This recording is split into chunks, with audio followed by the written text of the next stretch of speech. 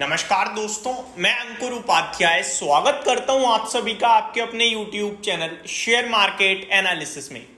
दोस्तों, मेरी आप लोगों से रिक्वेस्ट है कि first listen the video, watch the video and after that जज द वीडियो।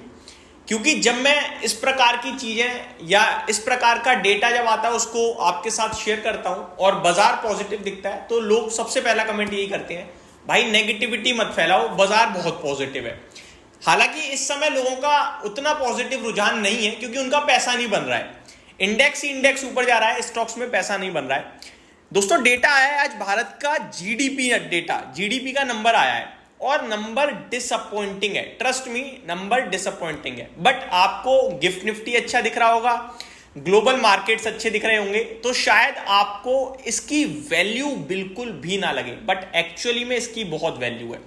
मैं आपको बताना चाहूंगा, ये मंथ एंड हो गया अगस्त, आज 30 है, 30 है, कल 31 है और परसों संडे है और संडे को 1 सितंबर हो जाएगा। तो सबसे इंपॉर्टेंट चीज क्या है पहले वो समझिए। मैं जीडीपी का नंबर तो अभी आपको बता दूंगा और फिर मैं ये भी बताऊंगा कि ये नेगेटिव है और ये कितना इंपैक्ट डालेगा मार्केट पे। उसके बाद संडे को 1 सितंबर को यानी परसों आपके लिए नया महीना शुरू हो रहा है। वैसे तो आप सभी को पता ही होगा, मैं याद दिला देता हूं आपको। जब भी नया महीना शुरू होता है तो बहुत सारे डेटा निकल कर आते हैं और स्पेशली तब आते हैं जब आपका एक क्वार्टर एंड हो जाता है। अभी क्वार्टर तो आई थिंक एंड नहीं हुआ है क्योंकि हमारा अभी क्या अप्रैल मई जून ये क्वार्टर निकला, फिर जुलाई अगस्त सितंबर। तो जब सितंबर खत्म हो जाएगा तो 1 अक्टूबर को तो बहुत सारे इंपॉर्टेंट डेटा आएंगे। तो क्वार्टर अभी एंड नहीं हुआ है लेकिन मंथ नया जरूर शुरू हो रहा है। तो नए मंथ में क्या क्या आता है वो बता देता हूं एक बार। सबसे पहले तो आपके सारी की सारी ऑटो कंपनियां अपने सेल्स डेटा पेश करेंगी मंथ ऑन मंथ और ईयर ऑन ईयर बेसिस पे, ठीक है। तो सारा का सारा ऑटो सेक्टर मंडे के लिए हो जाएगा बड़े ट्रिगर में। केवल इतना ही नहीं दोस्तों, फर्स्ट प्लस मंडे सेकंड दोनों दिन आपको ऑटो कंपनियों के नंबर्स आते हुए दिखेंगे क्योंकि पहले ही दिन सारी कंपनियां पेश नहीं कर देती। बहुत सारी ऑटो कंपनियां होती हैं, छोटी से बड़ी तक सारी करती हैं। 2-3 दिन तक कंटिन्यू ऑटो नंबर आते हैं लेकिन मैक्सिमम कंपनियां पहले दिन ही कर देती हैं। तो आपको हो सकता है संडे को बड़े सारे कंपनी के नंबर आते हुए दिखें, सेल्स नंबर, यूनिट के सेल्स नंबर, और उसके दम पर रिएक्शन आएगा। एक्सपेक्टेशंस मार्केट की कुछ इस प्रकार है कि थोड़ी वीक रह सकती है सेल। लेट्स सी कितनी वीक रहती है या फिर स्ट्रांग रहती है, मार्केट की एक्सपेक्टेशन को बीट करती है। दूसरा डेटा आपके लिए जैसे ही 31 अगस्त यानी कल रात को ही आ जाएगा, संडे मॉर्निंग तक तो हम सभी को पता भी होगा, विंडफॉल गेन टैक्स रिवीजन। और जिस हिसाब से अभी रिसेंटली 2-4 दिन में कच्चा तेल भागा और गिरा, ये देखना बहुत जरूरी होगा कि सरकार विंडफॉल गेन टैक्स बढ़ाती है या घटाती है। तो उसके दम पर आपके लिए सारी की सारी ऑयल मार्केटिंग कंपनियां रिएक्ट करेंगी मंडे को। प्लस आपकी मेटल कंपनियां भी बहुत सारी डेटा पेश करती हैं, तो मेटल स्टॉक्स को भी आपको रडार पे रखना है। फिर जो आपके ये टेलीकॉम कंपनियां, ये पहली तारीख को तो नहीं करती है लेकिन 2 या 3 को जरूर कर देती हैं, जियो, भारती और वोडाफोन आइडिया। तो ये तीनों स्टॉक्स भी आपके रडार पे रहने चाहिए। ये डेटा पेश करती हैं कस्टमर एडिशंस का, या फिर घटे हैं बढ़े हैं, कितने नए सब्सक्राइबर आए हैं, टोटल कितने हो गए, कितने नहीं।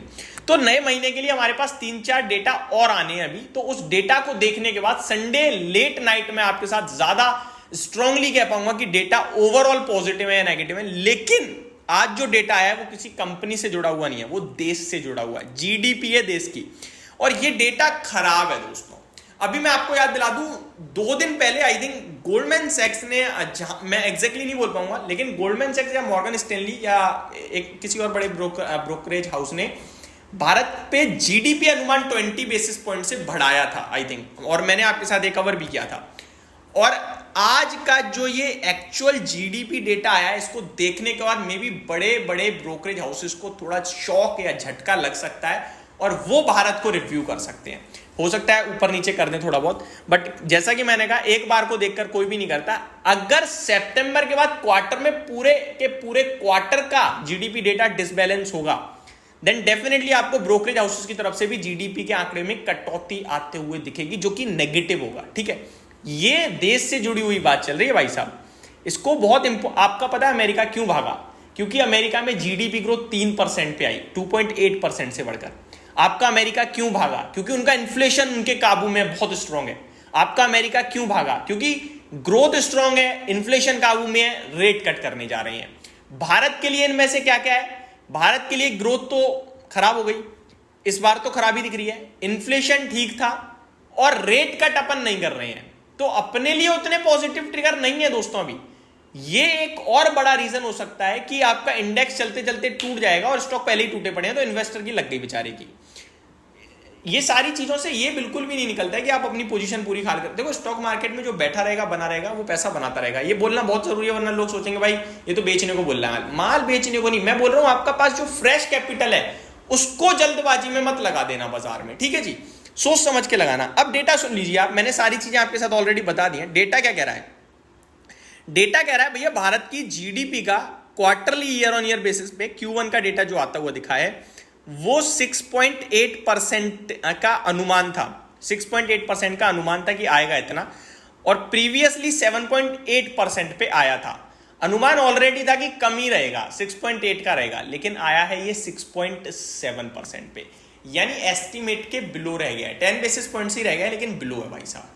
ईयर ऑन ईयर बेसिस पे तो बहुत ही खराब दिखेगा, लेकिन अनुमान से भी खराब है, तो ये चीजें हमें जरूर समझनी चाहिए। बाकी अगर आप देखें तो इंफ्रास्ट्रक्चर आउटपुट थोड़ा अच्छा आया है, 4% से 6.1% है, बाकी कोई दिक्कत नहीं दिख रही है, लेकिन ये दिक्कत जरूर है। बाकी इंडियन फेडरल फिस्कल डेफिसिट देखोगे तो ये भी काफी इंटरेस्टिंग, काफी ज्यादा बढ़कर आया है, 1357 बिलियन से आपके लिए बढ़कर 2769 बिलियन पे आता हुआ दिखा है, तो ये भी थोड़ा सा नेगेटिव है।